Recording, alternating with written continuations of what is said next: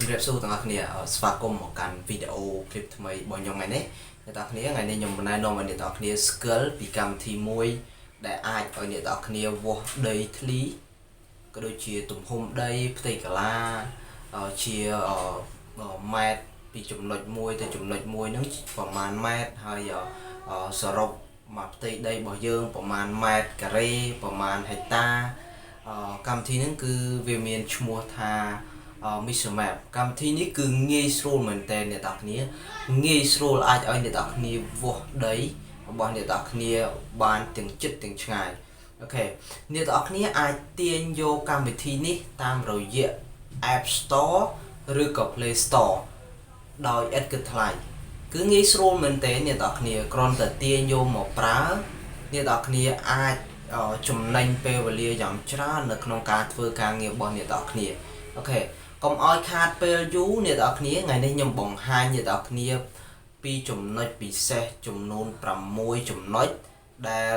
มิสแมปไอเฟื่องบ้านให้ก็โดยเฉพาะไอช่วยบองโอนสมรูการเงียบบ้านอย่างช้าพองได้โอเคจุ่มน้อยที่มวยได้ยมช่างเอาเนี่ยตักนี้ดังคือมิสแมปไอเอาเนี่ยตักนี้เธอกาvượt tí tăng đây vượt đây bọn địa tạc ní pi trong ngày bạn ô tô địa tạc ní nó sim rep đây bọn địa tạc ní nó có buông thông địa tạc ní ai thứ cả vượt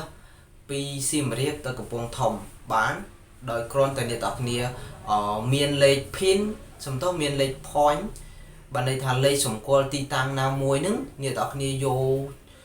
copy mà đã máu cứ địa tạc ní ai thứ cả sợi bản หรือก่อนในตักนี้จำตีตังได้บอลในตักนี้ในตักนี้กรอนจะเธอการเซิร์ชในตักนี้สไฟโรตีตังได้บอลในตักนี้เต้ในตักนี้อาจเธอการวอเวนได้บอลในตักนี้ปีจมงายบานให้ไว้ได้ปีเซนั่นคือจุดบ้านเรื่องเมนเทนในตักนี้โอเคนี่ชื่อจุดน้อยตีมวยจุดน้อยตีปีได้ขยมจองไอในตักนี้ดังคือวีไอบองฮันในตักนี้วีไอบองฮันตีตังได้บอลในตักนี้cho bà hỏi vì ai bằng hai pi chủng loại mùi tới chủng loại mùi ô tô tha chủng loại e tới chủng loại bí vì miền của vành phần màn vì miền của vành 50 mét mà rồi mét rồi 10 km chẳng việc bằng hai cho ba mình tiền hai ở vây đây bị xe nó không nâng thiết cứ Mr. Map ai ôi như đó như cổng nọt tờ tam tùm hôm tờ tam ở nát của vay nên đó như prapประจำថ្ងៃរបស់អ្នកទាំងគ្នាទៀតឧទាហរណ៍ជាក់ស្ដែងនៅប្រទេសចិនគេប្រើ feet គេប្រើ inch ប្រើអីចឹងទៅហើយយើងប្រើសង់ទីម៉ែត្រប្រើម៉ែត្រប្រើគីឡូម៉ែត្រអញ្ចឹងទៅយើងអាចធ្វើការដូរទៅតាមស្តង់ដារដែលយើងប្រើនៅក្នុងស្រុកទេរបស់យើងក៏បានអូខេនេះជាចំណុចពិសេសទី2ហើយចំណុចពិសេសទី3ដែលខ្ញុំចង់ឲ្យអ្នកទាំងគ្នាដឹងបន្ថែមទៀតគឺមិនត្រឹមតែវាអាចវាស់ពីប្រវែងមួយទៅប្រវែងមួយបានទេវាអាចបង្ហាញជាលក្ខណៈ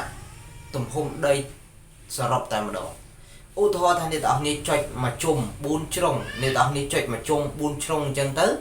អ្នកទាំងគ្នាប្រកាសជាចង់ដឹងថាចំនួនដែលអ្នកទាំងគ្នាចុចនឹងមានចំនួនប៉ុន្មានហិកតាដីដែលអ្នកទាំងគ្នាបានទៅវាស់វែងនៅលើទូរស័ព្ទដៃនឹងតើមានចំនួនប៉ុន្មានហិកតាហើយមានប៉ុន្មានម៉ែត្រការ៉េអញ្ចឹងវាបានបង្ហាញឲ្យច្បាស់តែម្ដងអ្នកទាំងគ្នាច្បាស់លឿនហើយងាយស្រួលទៀតអ្នកទាំងគ្នាងាយស្រួលក្នុងការឲ្យអ្នកទាំងគ្នាដឹងថាដីរបស់អ្នកទាំងគ្នាទំហំប៉ុណ្ណេះមានប្រវែងប៉ុន្មានមានផ្ទៃកន្លាប្រមាណចំនួនប្រមាណហាត់គឺវាមានពេញបុបតែម្ដង full ហ្មងអ្នកទាំងគ្នា full ច្បាស់លឿនតែម្ដងអូខេអញ្ចឹងនេះជាចំណុចទី3ហើយចំណុចរឹតតែពិសេសទី4ហ្នឹងគឺវាអាចធ្វើការ save អ្នកទាំងគ្នាសាកសម័យនៅពេលដែលអ្នកទាំងគ្នាចុចរួចអ្នកទាំងគ្នាចុចវាស់វែងដីធ្លីរបស់អ្នកទាំងគ្នារួចអ្នកទាំងគ្នានៅសៀមរាបអ្នកទាំងគ្នាវាស់វែងពីសៀមរាបទៅដល់កំពង់ធំអញ្ចឹងបើសិនជាអ្នកទាំងគ្នាចង់វាស់វែងម្ដងទៀតអ្នកទាំងគ្នាត្រូវស្រាវជ្រាវត្រូវ search ម្ដងទៀតប៉ុន្តែ Mr. Map អាចធ្វើបានយ៉ាងងាយស្រួលគឺអ្នកទាំងគ្នាគ្រាន់តែចុចម្ដងហើយអ្នកទាំងគ្នាធ្វើការ save ទុកអ្នកទាំងគ្នាធ្វើការ save ទុកហើយអ្នកទាំងគ្នានៅពេលដែលអ្នកទាំងគ្នាចង់រកគ្រាន់តែអ្នកទាំងគ្នាទៅបើកកន្លែងដែលអ្នកទាំងគ្នា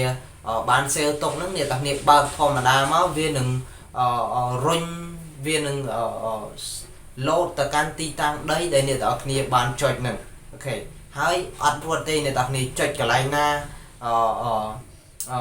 point កន្លែងណាគឺវា show ឲ្យពេញទាំងអស់តែម្ដងអូខេអញ្ចឹងវាជាចំណុចពិសេសដែលខ្ញុំពេញចិត្តនៅចំណុចទី4នេះគឺខ្ញុំពេញចិត្តមែនទែន